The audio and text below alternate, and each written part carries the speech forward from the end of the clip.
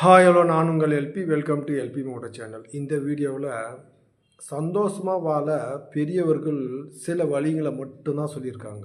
அது ஒன்றே ஒன்று, நீங்கள் எவ்வளோ எளிமையான வாழ்க்கையை வாழ்கிறீங்களோ அவ்வளோ சந்தோஷத்துக்கு குறைவே இருக்காது.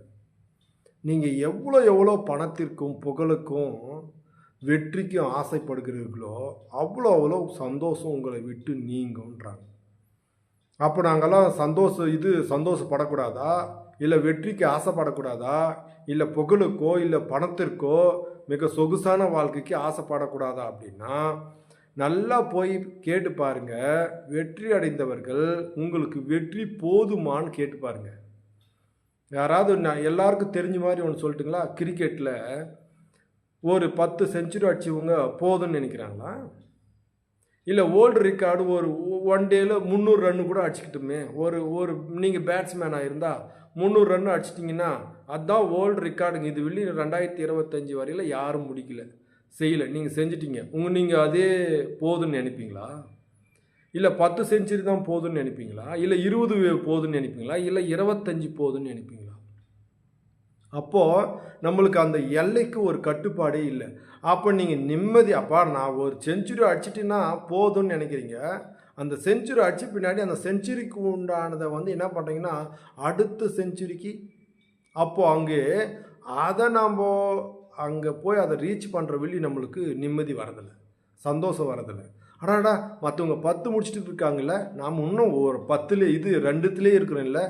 அடடா நம்ம 20 தான் முடிச்சிருக்கோம், மற்றவங்கெல்லாம் 30 இருக்கிறாங்களே, 30 செஞ்சுரி. அந்த மாதிரி அடடா நம்ம ₹1,00,000 அவங்க பார்த்துக்கவே மாட்டாங்க. ஆனால் ₹1,00,000 சம்பாதிச்சதுமே கோடிக்கு மேலே போகும். கோடி 10 கோடியாக மாறும், அப்புறம் 100 கோடியாக மாறும். இந்த மாதிரி தாங்க சொல்லியிருக்கிறாங்க பெரியவர்கள்.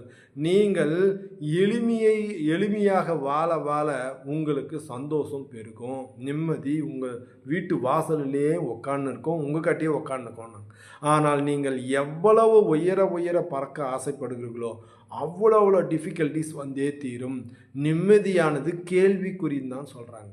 நான் சொல்லலைங்க, சக்ஸஸ் ஆனவங்க, நிம்மதியாக இருந்தவங்க சொல்லக்கூடியது. நிம்மதியாக இருக்கிறவங்க அதே மாதிரி பணக்காரர்களாக வெற்றிகளை குவித்திருப்பவர்கள் சொல்லக்கூடிய மிகப்பெரிய ஒரு சீக்ரெட் இது. அதனால் நீங்கள் நிம்மதியாக வாழணுமா, உங்களுடைய எண்ணங்களையும் உங்களுடைய ஆசைகளையும் உங்களுடைய வெற்றியையும் புகழையும் பணத்தையும் குறைய உங்களுக்கு நிம்மதி அளவில்லாமல் இருக்கும், மகிழ்ச்சி அளவில்லாமல் இருக்கும். உங்களுடைய வெற்றி பணம் குறிக்கோள் இதெல்லாம் அதிகம் ஆக பாருங்கள், உங்களுடைய நிம்மதி பறிபோகும் அப்படின்னு சொல்கிறாங்க.